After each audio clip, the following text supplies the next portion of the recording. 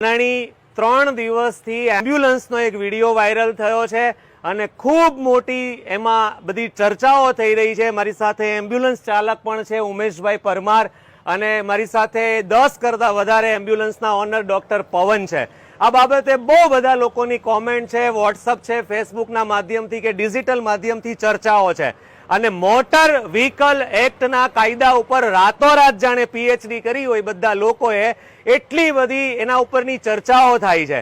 પણ ખાસ સ્પષ્ટતા એ કરવી છે કે કોઈ પણ જાતનું મિસઅન્ડરસ્ટેન્ડિંગ નથી। કાયદો કાયદાની જગ્યાએ છે, સિસ્ટમ સિસ્ટમની જગ્યાએ છે અને એમ્બ્યુલન્સના જે કંઈ નિયમો છે એમાં પણ કોઈ જ ફેરફાર નથી। મારી સાથે જે એમ્બ્યુલન્સના ચાલક છે ઉમેશભાઈ, એ વાતના સાક્ષી છે કે એ જ રોડ ઉપર એક વખત મોડી રાત્રે એ અન્ય એમ્બ્યુલન્સના ચાલક સાથે પણ ઉમેશભાઈ મેં તમને કાલે મળાવ્યા, ઉમેશભાઈ એમને ઓળખે છે। મોડી રાત્રે એક એમ્બ્યુલન્સ રોંગ સાઈડમાં એ જ રોડ ઉપર ગઈ, કલાકુંજના ગેટમાં ગઈ અને યોગી ચોક સ્થિત એક હોસ્પિટલમાં પહોંચી અને મેં એનો પીછો રાઈટ સાઈડમાં બીજા રસ્તેથી જઈને કર્યો। જાણવા મળ્યું કે પેશન્ટને ઘરે છોડવા માટે ડોક્ટર પવન એ એમ્બ્યુલન્સ ગઈ હતી, આપ પણ એ વાતના સાક્ષી છો અને કોઈ પણ કારણ વગર એ એમ્બ્યુલન્સ રોંગ સાઈડમાં હતી અને ત્યાં હોસ્પિટલ પહોંચી અને ડ્રાઈવર આવી રીતે આમાં આળસ મરડીને મસ્તી કરતો હતો। આ સિવાય સુરતની અંદર એમ્બ્યુલન્સમાં કિસ કરવાના કે એવા બીભત્સ દ્રશ્યો સાથેનો વિડીયો વાયરલ થયો છે। આ પહેલા પણ ઉત્તરાયણ ઓવરબ્રિજ ઉપર કાપોદ્રા મેં એમ્બ્યુલન્સને રોંગ સાઈડમાં વિધાઉટ પેશન્ટ રોકી છે અને આવી કેટલી ઘટના પણ જે કેમેરામાં કેદ નથી થઈ એટલે હું દર્શાવી ન શકવા માટે હું લાચાર છું, હું સક્ષમ નથી। એટલે મારા વિડીયોના માધ્યમથી ખાલી મિસઅન્ડરસ્ટેન્ડિંગ દૂર કરવી છે કે જે તે ટાઈમે એમને જતા રોંગ સાઈડમાં જતા મેં જોયા। મારું આ કામ છે અવેરનેસ ફેલાવવાનું, એટલે વ્યવસ્થાના ભાગરૂપે હું એમના સુધી પહોંચ્યો। મેં એમને સવાલ કર્યા, ઉશ્કેરાટમાં આવીને સવાલ કર્યા, એમને જે સૂઝ્યું એ જવાબો એમણે મને આપ્યા। પેશન્ટની જે કાંઈ સ્થિતિ હતી એ બધું જ અમે પરસ્પર સમજી લીધું છે, મિસઅન્ડરસ્ટેન્ડિંગ દૂર થઈ છે અને મારે ડોક્ટર પવન વિશે ખાસ કહેવું છે કે 10 કરતા વધારે 12 જેટલી સરદાર અને અલગધણી એમ્બ્યુલન્સ સર્વિસનું આ સંસ્થાનું કામ છે। એમના દરેક ડ્રાઈવરો એ ખૂબ જ સિસ્ટમથી અને બધા જ રૂલ્સને ફોલો કરીને પોતાના વાહનો ચલાવે છે અને ઓલ ઇન્ડિયામાં કોઈ પણ પેશન્ટને ચાહે એક હોસ્પિટલથી બીજી હોસ્પિટલ, યા તો ઘરથી હોસ્પિટલ, યા તો હોસ્પિટલથી ઘર જો જવાનું હોય ત્યારે આ સરદાર અને અલગધણી એમ્બ્યુલન્સ જે સંસ્થા છે એ ફૂલ સક્રિય છે। ડોક્ટર પવનને છેલ્લા 10 વર્ષ કરતા વધારે સમયથી હું ઓળખું છું પણ એ આ પ્રોફેશન સાથે જોડાયેલા છે, એ મને પાછળથી ખ્યાલ આવ્યો છે।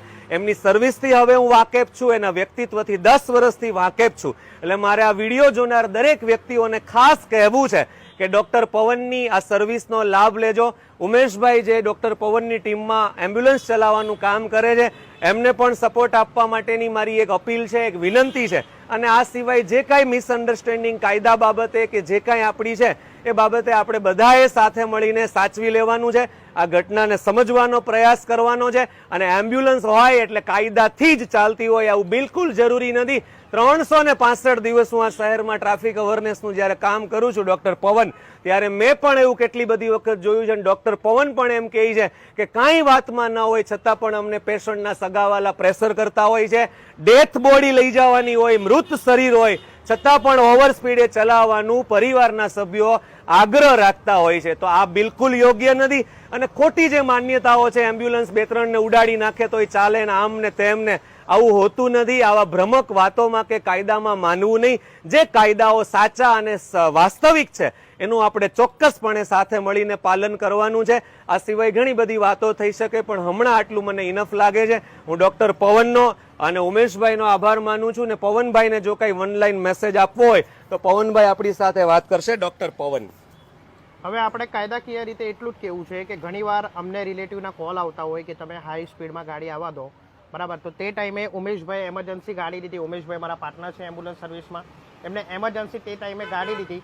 હવે પિયુષભાઈને એક મિસઅન્ડરસ્ટેન્ડિંગ હતી તે ટાઈમે, કેમ કે આગળ એક બનાવ ઓલરેડી થઈ ચૂકેલો હતો, એના ઉપરથી એમને એવું લાગ્યું કે આ ભાઈ બી ત્યાં જઈને આરોટવાના હશે, એટલા માટે પિયુષભાઈ એમના પાછળ ગયા પણ તે ટાઈમે થોડુંક એમના એકબીજા વચ્ચે અનબનાવ થયેલો હશે, એના કારણે આ વિડીયો બનાવવામાં આવેલો હતો। આ વિડીયો રોંગ નહોતો, બરાબર। પિયુષભાઈ એમના રીતના રાઈટ હતા અને આપણા ઉમેશભાઈ બી એમના રીતના રાઈટ જ હતા, બરાબર।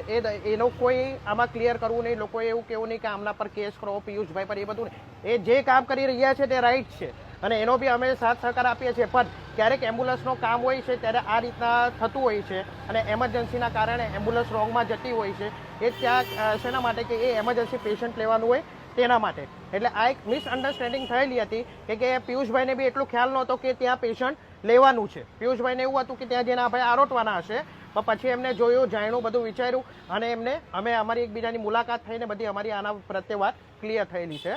બરાબર. એમાં મારા મિત્ર છે પિયુષભાઈ પ્લસ મારા પાર્ટનર છે ઉમેશભાઈ. અમારા 3 સાથે અમે ભેગા થયા અને બધી અમારી વાતો થઈ એના પછી. હવે ઉમેશભાઈ કઈ ઉમેશભાઈને આપણે સાંભળીએ.